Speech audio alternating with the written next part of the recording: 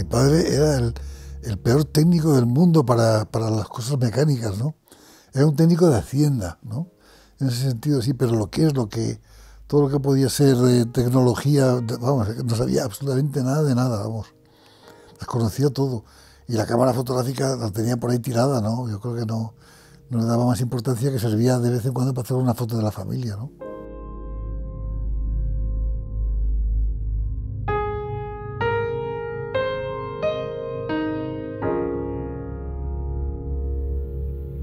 Es una historia muy sencilla, ¿no? Yo estaba enamorado de una niña, pues yo tendría 8 años, o por ahí no tendría más, o 9 como mucho, ¿no? Quizá menos. Y una niña que me pareció una maravilla, esa niña, ¿eh? Y no sabía cómo abordarla, era muy tímido. Entonces se me ocurrió que la única forma de abordarla es hacer una fotografía en el Parque del Retiro, ahí como venía todos los días del colegio, iba uniformada, me acuerdo, era una niña muy bonita, ¿eh? Y le hice una foto a escondidas ahí en un seto, que no me viera ella, la revelé, bueno, no sé, y escribí una carta con un corazón, con una flecha, y te amo, te quiero, se llamaba Mamen, ¿no? Y se la mandé porque vivía muy cerca de mi casa, donde vivía yo, ¿no? Sabía dónde vivía. Y ahora poneros el anillo. Y la conclusión que siempre digo es lo de siempre, ¿no? Digo, primero aprendí que la fotografía es una cosa maravillosa, claro, ¿no? marido y mujer. Que hay que tener mucho cuidado con la fotografía y que es mejor no esconderse, ¿verdad? Y dar la cara.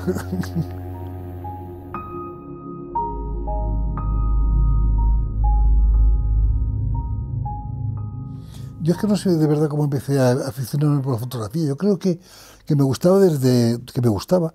Y entonces empecé a hacer pruebas con, no sé, yo creo que con copias de estas al sol, al principio, ¿no? Con un cacharrito de madera. Y luego hay una cosa que es verdad, y es que mi madre a mí me fomentaba esa afición, me gustaba que yo me dedicara a eso, que dibujara, que pintara, como mi hermano Antonio igual, ¿no? O sea, de alguna manera nos dejaba una gran libertad para hacer lo que nos diera la gana, cosa que durante toda la vida hizo, ¿no?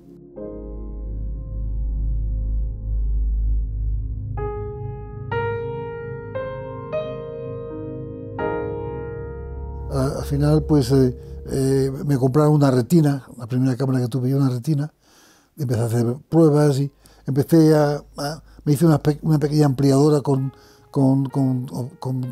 una máquina antigua, no sé, bueno, no sé, empecé a aficionarme, ¿no? Y a revelar, a ver el misterio ese maravilloso, ¿verdad? De cómo sale de un negativo, sale una fotografía y cómo al ampliarlo, ¿verdad? En la cubeta empieza a salir la imagen. Y poco a poco empecé a preocuparme por la hidroquinona, por el metol, por todos estos productos, ¿no? Ingresé en la escuela, no, la Real Sociedad Fotográfica, ¿no? de Madrid.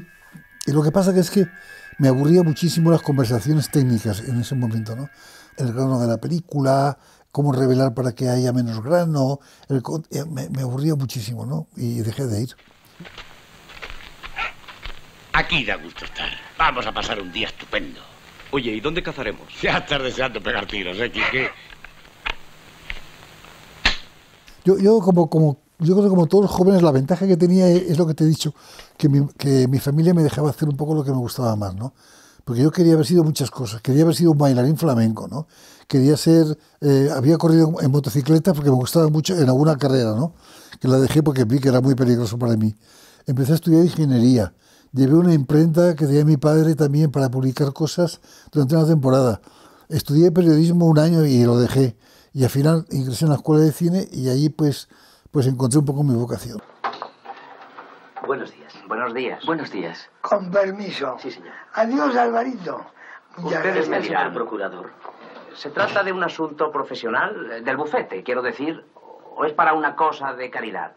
El padre prior le explica. Profesional. Un interdicto. Ah, el señor Proarán está enfermo, pero yo soy su pasante. ¿De qué se trata? A todo esto, a los 18 años, estuve 2 años horribles, espantosos, ¿no? Haciendo la mili, ¿no? Horrible, ¿no? 2 años que los recuerdo como la parte más negativa de mi vida porque no podía hacer nada, ¿no? Más que estar como un imbécil ahí en un cuartel, haciendo maniobras y desfilando y no haciendo nada, ¿no? ¡A ver! ¡Los artistas esos, que salgan! Nosotros. ¡Es que queréis que os saque a hostia! Nosotros. Somos nosotros. Yo creo que estoy traumatizado, marcado no sé hasta qué punto, por la guerra española concretamente. O sea que si a mí yo hiciera ahora mismo una reflexión sobre qué cosas recuerdo que me hayan verdaderamente producido un impacto más violento en mi vida, pues yo diría que desde que empezó la guerra, que tenía 4 años, hasta que terminó, esos 3 años, yo creo que los recuerdo casi todos los días. No diría tanto, pero sí recuerdo casi todos los acontecimientos que sucedieron en esos años, ¿no?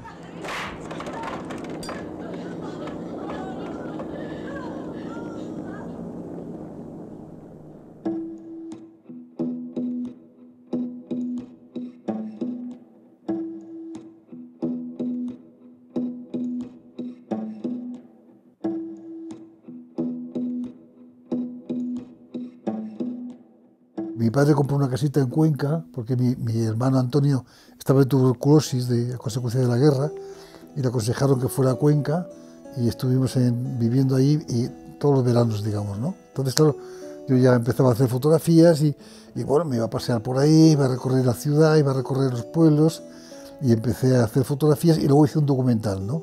Se llamaba Cuenca, ¿no? Que me facilitó también esa posibilidad de ir haciendo fotografías sobre la marcha. El hecho de que me encargaran el Ayuntamiento de Cuenca el documental fue para mí una cosa estupenda, que me permitió hacer mi primer trabajo, digamos, profesional, ¿no? Como en todos los pueblos, la vida empieza muy temprano, antes que el sol asome sobre las montañas, cuando el humo de las chimeneas se confunde con la neblina del amanecer.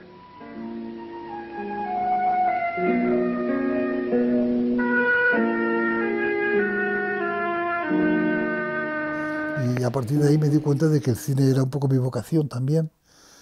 Y bueno, y he simultaneado siempre la fotografía con el cine, he tratado de simultanearlo, ¿no? También con los dibujos o con la pintura, en fin, etcétera, ¿no? Porque me parece que todo está relacionado. De alguna manera, siempre lo digo, y es verdad que todas las cosas que me gustan, la música, la ópera, el teatro, no sé, la pintura, el dibujo, todo de alguna manera se reúne en algo que es el cine, ¿no? Porque el cine reúne todas esas cosas, ¿no? Yo estoy ahora liado buscando una nueva relación entre el sonido y el gesto. Algún día me gustaría hacer cine. Más adelante, pero me gustaría.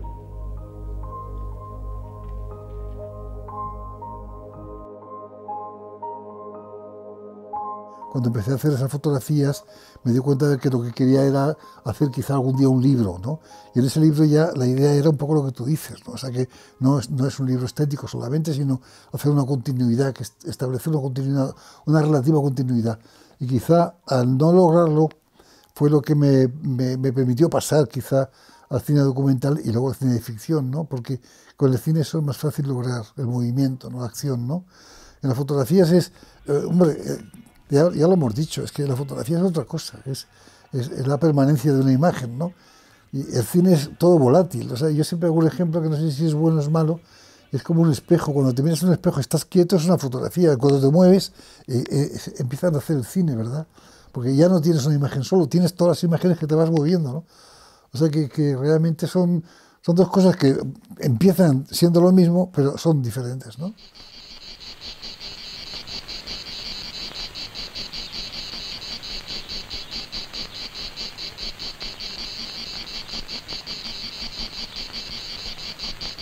Tampoco me preocupo mucho. Yo no me preocupo mucho de la técnica, ¿no?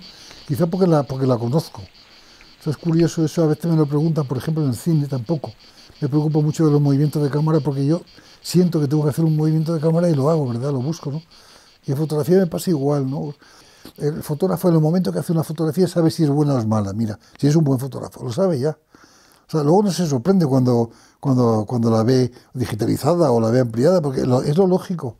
Entonces, el mal fotógrafo es el que se sorprende de sus fotografías, ¿no? O sea, uno sabe ya cuando una foto es buena. Por eso no hace falta hacer 80 fotografías. Yo quería probar con la Rolleiflex, salí por la noche a hacer unas fotografías por ahí y me apetecía mucho probar a ver qué es lo que salía. O sea, que fue una cosa experimental y me fui a Madrid. Eso lo hice en una noche, esas fotos, ¿no?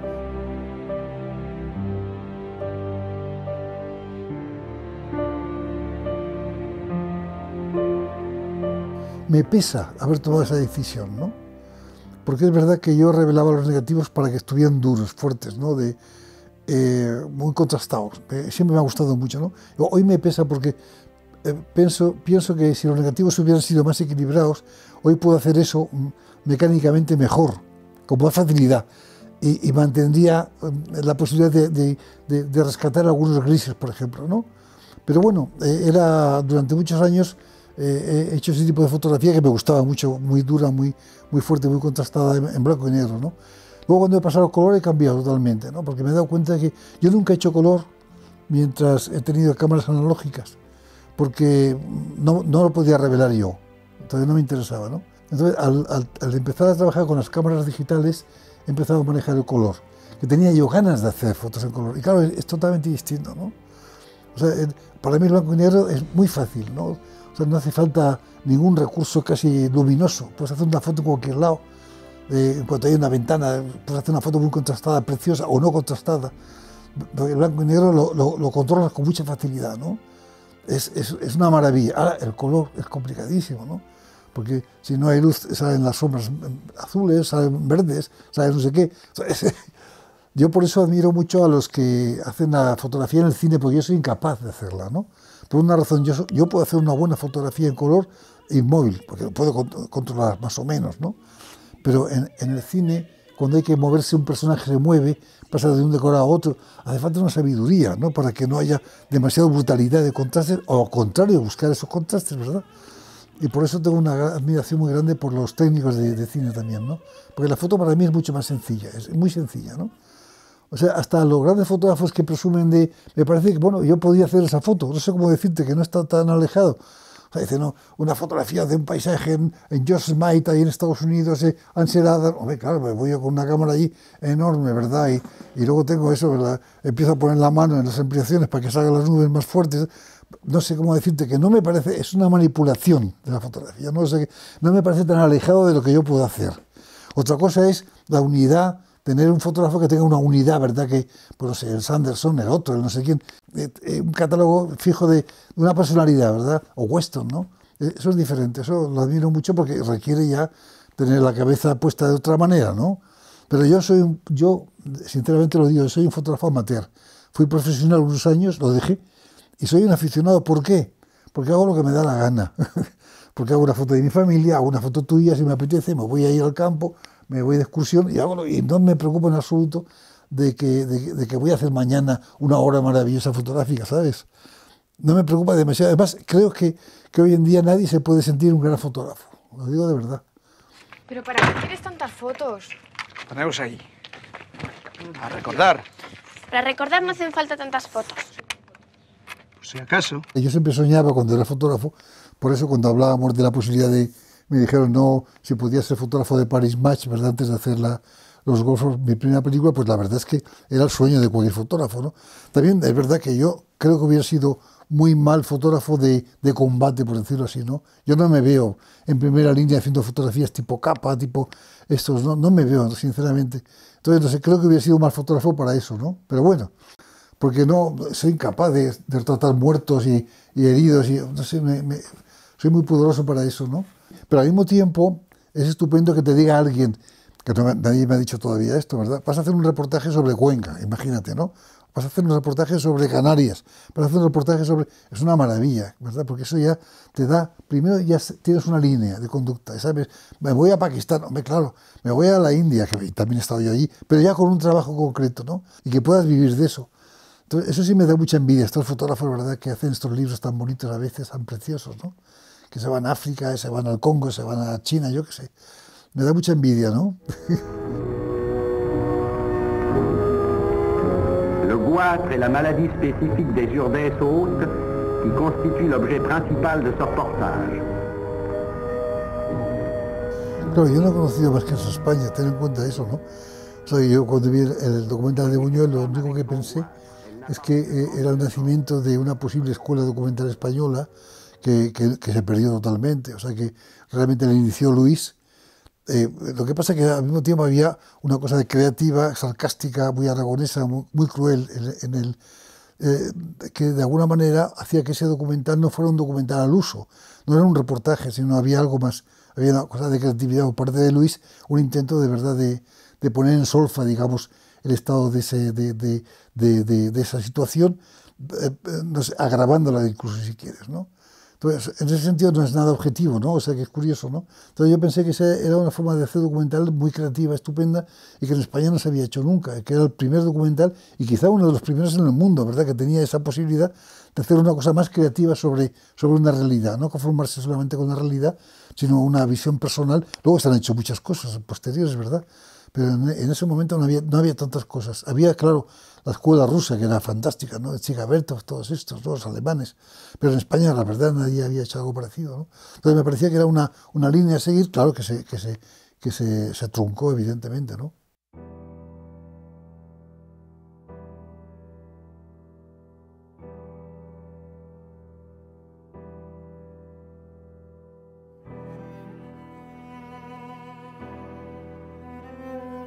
Bueno, yo todavía estaba estudiando en la escuela de cine, y Ducay conocía mis fotografías ya, porque ya había publicado algunas fotos en una revista de estas de universitaria, me acuerdo, o de cineclubs, ¿no? Se me conocía como fotógrafo un poco, ¿no? Y también por las fotos mías de Granada, en fin. Formaba parte de la expedición, que era un grupo pequeño, compacto. Había Juan Julio Baena en cámara, estaba el director, había un ayudante, y yo iba un poco de ayudante de todo, ¿no? De sonido, de cámara, de fotógrafo, de script, iba de todo, ¿no? Y aproveché la ocasión para llevarme la Leica M3, ¿verdad? Y hacer un reportaje, ¿no?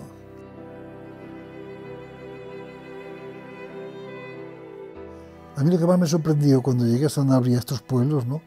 Era la forma de vida, una vida como parecía muy básica, ¿no? Los carros, ya has visto en las fotografías, son carros que parecen elementales de madera, ¿verdad? Con las ruedas las casas eran muy mediocres, había incluso algunas que tenían un techumbre de paja, ¿no? Que cubría la casa, que no tenía ventanas, ¿no? Hacía mucho frío, mucha humedad, las calles estaban embarradas, y la gente vivía dentro de esas casas, en algunas casas vivía con los animales para calentarse, ¿no? O sea que realmente era una vida totalmente, iba a decir yo medieval, pero un medievo muy básico, ¿no? Y las mujeres, como siempre en España durante muchos años,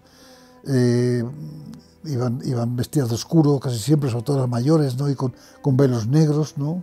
Realmente era una vida difícil, complicada. Entonces, la idea de este documental de Ducay era ver cómo llegaba la luz por primera vez a estos pueblos, ¿no? Entonces, hablábamos con la gente era encantadora por otra parte.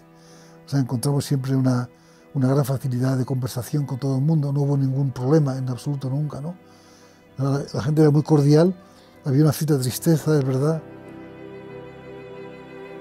Sanabria es una zona muy extensa de Zamora, muy hermosa, está el lago y hay ciudades bastante importantes, pero ese pueblecito donde hemos trabajado, que se llamaba Riva del Lago, y estaba justo al pie de la presa que se estaba construyendo, ¿no? Y esa presa, después de hacer la película, al cabo de los años, explotó. Y la mayor parte de esa población desapareció. Una parte, vamos. Era un pueblo pequeño, ¿eh? Hay una cita de Borges que me fascina. Dice, el pasado es indestructible. Tarde o temprano vuelven las cosas. Y una de las cosas que vuelve es el proyecto de abolir el pasado. Es muy ingenioso. Pero los trapos sucios se lavan en casa. Depende de qué trapos y en qué casa. Trato de no ver mis películas. He hecho más de 40 películas, ¿no? Trato de no verlas. Lo que pasa es que la fotografía es diferente, no se tiene algo distinto al cine, ¿no? Entonces, a ver, el cine sí es de verdad, es en el tiempo, se desarrolla en el espacio y en el tiempo, ¿no?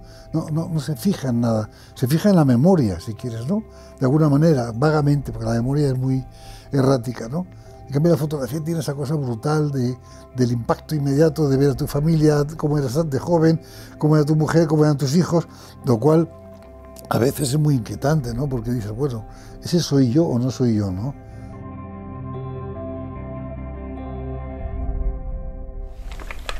Mira, convéncete. ¿En qué se parecía mi padre a Anselmo? En nada, evidentemente. Ya te lo he dicho, es que tengo una confusión de ideas. hice una película que es La prima Angélica, precisamente donde hice esa reflexión, ¿no?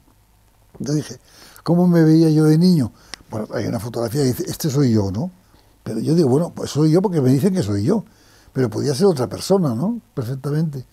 Entonces, por eso hice yo en esta película que una persona adulta, ¿verdad?, pasara a ser un niño con la mentalidad del niño, porque realmente yo ahora mismo cuando me veo de niño no me veo de niño, me veo con un adulto que tengo que dar un salto enorme para convertirme en niño, ¿no? Lo que vas dejando eres tú, pero siempre eres otra persona, es un poco como PSOE, ¿no? Son diversos personajes que se van multiplicando, ¿no? A través, como un espejo que se multiplica, ¿no?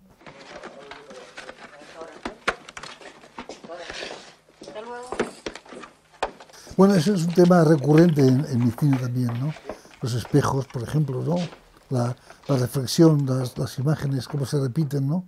El pasado que vuelve, volvemos otra vez a la fotografía, ¿no? Cómo no se puede evitar, cómo se manipula el pasado, ¿no? Porque lo manipulamos continuamente. El pasado no es nunca lo que pensamos que era, seguramente, ¿no? Vamos, tenemos ahora unas referencias más claras por la fotografía, precisamente, si no, el pasado estaría muy, no sé, muy vago, como lo es de hecho, ¿no? La postal del lago. Has estado en Suiza con el abuelo cuando eras joven. Este hotel te recuerda el viaje de novios que hiciste. Pero a mí lo que me gusta de esa escena es la niña que subvierte los valores, que le cuenta lo que no era. O sea, le está fastidiando a la abuela, porque le dice, y aquí estabas tú, y dice, abuela, no. O sea, le está cambiando todo el esquema, ¿no? O sea, me gusta mucho más esa idea, la idea de que, bueno, está reflejado el pasado de esta mujer, seguramente ahí con las postales y las fotografías, pero la niña lo que quiere es inventar otro pasado diferente al suyo, ¿no? Eso me interesa mucho más.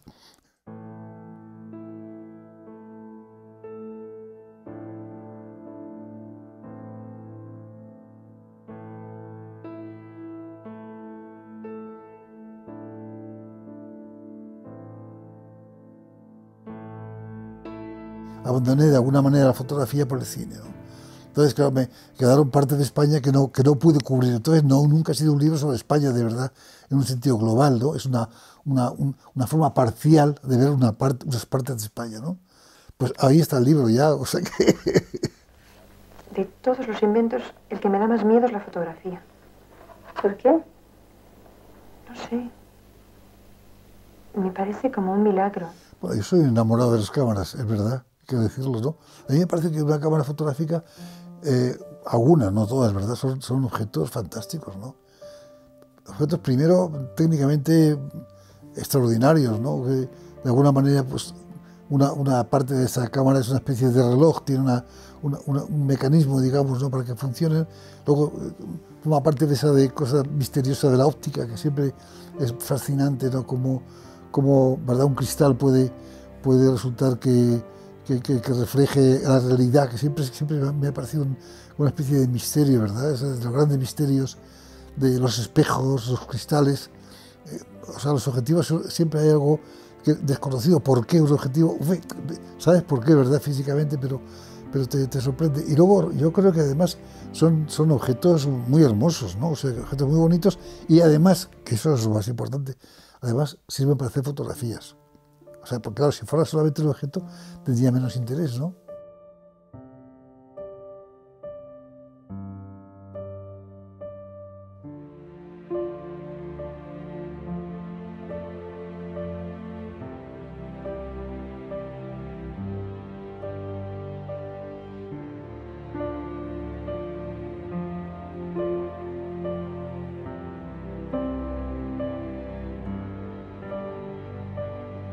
La fotografía actual es una especie de banalidad total, ¿no? Todo el mundo puede hacer una buena fotografía, están los móviles, están las tabletas, están las máquinas ligeras, lo que quieras hacer, pero el problema no es ese. El problema es que todo el mundo hace fotos, pero pocas personas hacen la foto que quieren hacer. Y luego una reflexión que está en mi libro también, pero que me ha costado mucho trabajo, fíjate, llegar a entender lo que es tan tonto, que es tan elemental, ¿no? Es que desde el momento en que aprietas el obturador, lo que obtienes en una cámara es el pasado. O sea, lo cual, desde luego, desde el punto de vista filosófico o metafísico, es terrorífico, ¿no? O sea, nunca en la historia de la humanidad el ser humano ha tenido la posibilidad de tener el pasado guardado en algún lugar, porque ni los cuadros ni la literatura, ¿verdad? Es una aproximación a un pasado, si quieres, ¿no? Pero esa singularidad, por decirlo así, ¿no? De tener el pasado inmediato, o sea, algo que ya nunca más va a volver a suceder, es un poco terrorífico, ¿no? Da mucho miedo, o sea, desde el punto de vista, no sé, casi filosófico, da mucho miedo eso. Por eso creo que hay que hacer pocas fotos, ¿no? Y hacerlas las que te gusten, ¿no? Y cuidarlas, y ampliarlas, y guardarlas, y no esa cosa de, ala, vamos a tirar 40 fotos a ver qué pasa, ¿no?